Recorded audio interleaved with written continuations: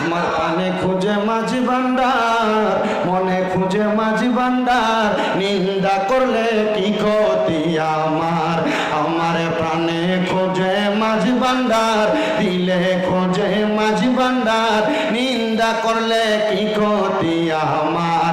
আইরে নিন্দুকেরা নিন্দা করে, নিন্দুকেরা নিন্দা করে, নিন্দা করা স্বভাব তার, নিন্দা করলে কি ক্ষতি আমার। অনেকে সেটায় না, আরে বান্দারি জায়গা বান্দারি, আরে বাবা বান্দারির টুপি লাগে যদি নামাজ না পড়ে এটা কি বান্দারির দোষ নাকি?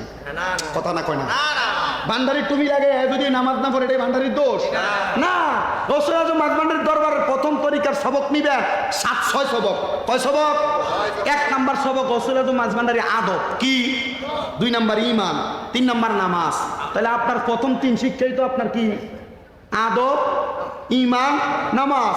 তো মানদারিনা নামাজ পড়ে না কে কইছে? যে নামাজ পড়ে না হ্যাঁ বন্ধ, এর লাগে সব বান্দারি দেবে হাতটা বন্ধ করবো, কাম হবে। এজন্য আসে কয় ওরে নিন্দুকেরা নিন্দা করে, নিন্দুকেরা নিন্দা করে, নিন্দা করা স্বভাব তার, নিন্দা করলে কি ক্ষতি আমার।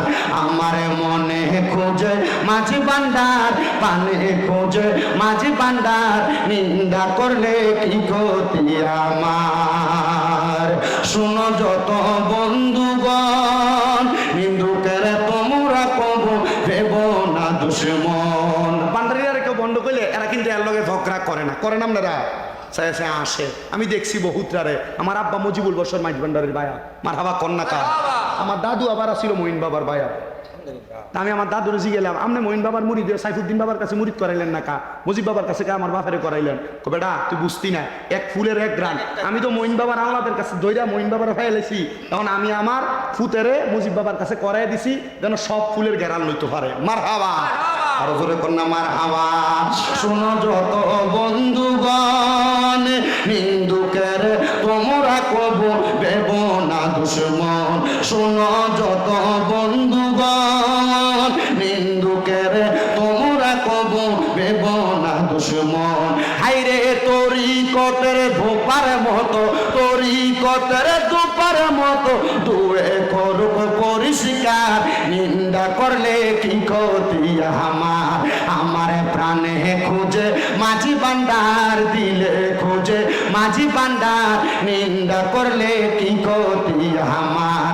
আইরে নিন্দুকেরা বুঝো আমি করে না থাকে তোর এনে দাঁড়ায় থাক। ওরে নিন্দুকেরা নিন্দা করুক, নিন্দুকেরা নিন্দা করুক, নিন্দা করা স্বভাব তার, নিন্দা করলে কি ক্ষতি আমার।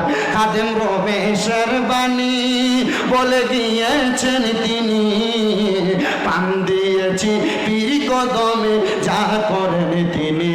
খাদেম রমেশের বাণী দলিল লিখেছেন তিনি, প্রাণ দিয়েছি পীর কদমে যা করেন তিনি। হাইরে এসবে নিয়ে টানা টানি, এসবে নিয়ে টানা টানি, সেই সব আবার কি দরকার।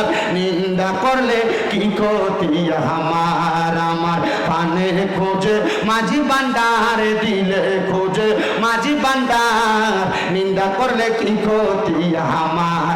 হাইরে নিন্দুকেরা নিন্দা করে, নিন্দুকেরা নিন্দা করে, নিন্দা করা স্বভাব তার, নিন্দা করলে কি ক্ষতি আমার। তাহলে গৌসুল আজম মাঝ ভান্ডারির আলাদা পাওয়ার, ওনারা চক্ষু বন্ধ করলে মুরিদ কোনো জায়গায় বিপদে পড়লে সেই খবরও জানে, ঠিক কিনা?